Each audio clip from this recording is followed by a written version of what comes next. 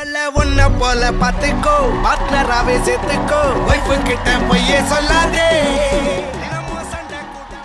அஜித் ஷாலினி அவர்கள் மாதிரி இப்போ வந்து விஜய் சித்து ஷாலினி அப்படின்னு ஒரு பயங்கரமா போட்டு ஒரு லவபிள் கப்பல் அப்படின்ற மாதிரிலாம் வந்து நிறைய பேர் பேசிட்டு இருக்காங்க. அதான் இப்படி ஒரு கம்பேரிசனை சத்தியமாக யாருமே யோசிச்சிருக்க முடியாது பிகைன் ரூட்ஸை தவிர. இது நாளை காலையில் இது ட்ரோல் மெட்டீரியல் ஆகிடும், இல்லை மீம் மெட்டீரியல் ஆகிடும். அதான் இது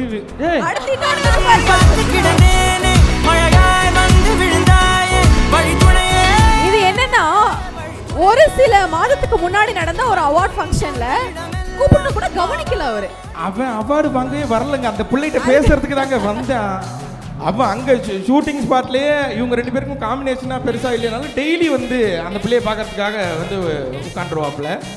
இது ஆக்சுவலி முடிச்சதுக்கு அப்புறம் ஃபுல்லா செல்ஃபி போட்டோஸ் தான் எடுத்துக்கிட்டே இருந்தாரு. கீழ பிகைன் ரூட்ஸ் எடுத்த போட்டோஸ் சேர்த்து அனுப்புங்கன்னு சொல்லி ஒரு வாரம் டார்ச்சர் வேற பண்ணாரு. பண்ணிருப்பான் அப்படி டார்ச்சர் பண்ற ஆள் தான்.